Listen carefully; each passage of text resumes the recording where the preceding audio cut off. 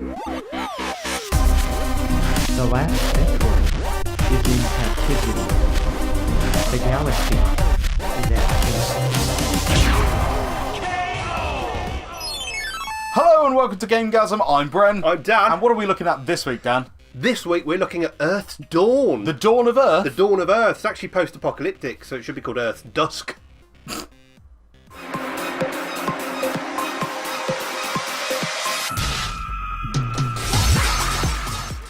Earth's Dawn. What we have here is a side-scrolling, fighty-shooty, slightly RPG-y game straight out of the gaming hotbed that is Japan. The game is even in Japanese, but with English subtitles, so if you can't read, I'd definitely give this a miss. Unless you can speak Japanese, of course. Just when things were looking bad, the remaining forces of Earth reverse-engineered the alien tech and started fighting back. Enter you. Customization is the name of the game. I thought it was called Earth's Dawn. Fuck off. Customization is a big part of the game, and right from the word go, you'll be encouraged to play the game your way. Firstly, by creating your own character, and for the rest of the game via upgrade trees that really do take a little bit of learning. Once you get your head around them though, you'll find you can craft weapons and equipment to help you play how you like to play. And they look lovely. Yeah, I've just checked the box. It's definitely called Earth's Dawn. I hate you. So basically you wander around this post-apocalyptic setting fighting various bad guys and then shuffling a screen or two closer to your goal. The art style is repetitive to say the least, and whilst there are cool cutscenes featuring character art line drawings with a bit of animation thrown in, the overall level design is repetitive and not particularly engaging. I mean, it all just looks the same. Just look at it. It's the fucking same. As you progress, you level up and there are plenty of pickups to collect, such as gaseous cells and crystals that will help you with your missions and upgrades. But it all just feels a bit empty. There's a game in here, but it's not got any meat on it. Like an undead horse. Oh, is there an undead horse in the game? No, but if there was, it would be the most interesting thing in the game, by a furlong. The animation is pretty poor, and the characters are 2D sprites, some of which have been warped and stretched to give the impression of animation. It's like a Photoshop file that you can play. Adobe! The boss battles are big, but not particularly exciting, and before you know it, you'll be staring at the base menu. It feels like more effort has gone into this than the levels, and here you have the option to look at the journal, select your missions, construct, equip and dismantle weapons, and fully customise your skills in the attack, defence, technical and ability fields.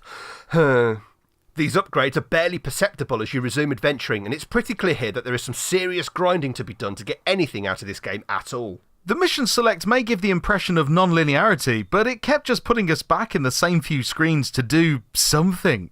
One of the missions was so short we actually finished it halfway through the first battle encounter, before we'd even realised what our goal actually was.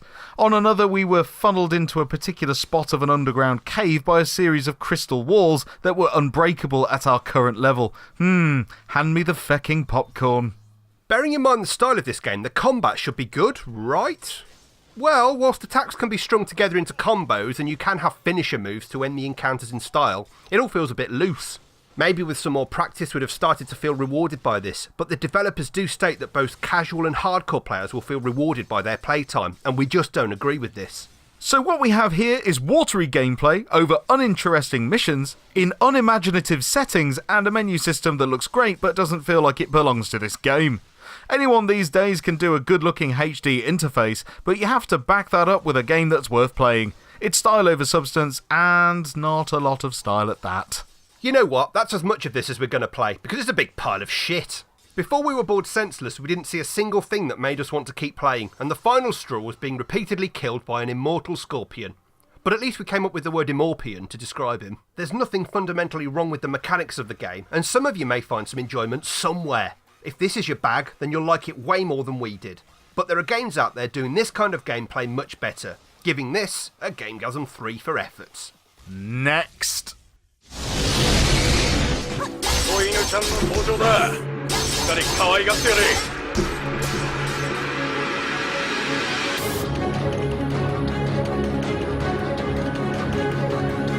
And that was Earth's Dawn. Or Earth's Dusk.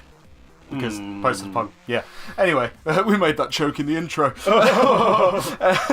Yeah, so that was Earthstorm. It wasn't that great, was it? It wasn't fun to play at the end of the day. It just wasn't fun to play. I mean, I wasn't expecting much from it, but I mean, I bought like games like that in the past, and they've been really, really awesome. So I was looking at Earthstorm and I was thinking, yeah, this is going to be like the same kind of, you'll find that little secret treasure of this game is awesome. Amazing. Yeah, but sadly it failed to tickle the really. fancy. Really, that one. It's a bit of a shame. If you grinded away at it, maybe you'd find something enjoyable in it eventually. But we spent some time with it, and it wasn't really going anywhere, was it? No. I felt it was a bit empty, and yeah, those bats made me laugh. It was those bat things, wasn't it? And it literally was a picture that just went Squishing to make it look like it was flying, and yeah, not going to pull the wool over my eyes. Harder. Yeah, absolutely. Anyway, that's all the time we've had for this review. I hope you enjoyed it. If you did, don't forget to leave us a like and also subscribe if you haven't already. As always, I've been Bren. I've been Dan. And we've been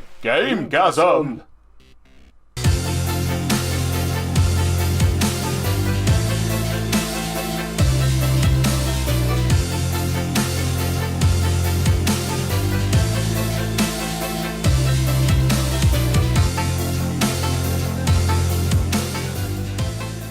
This is a big pile of shit.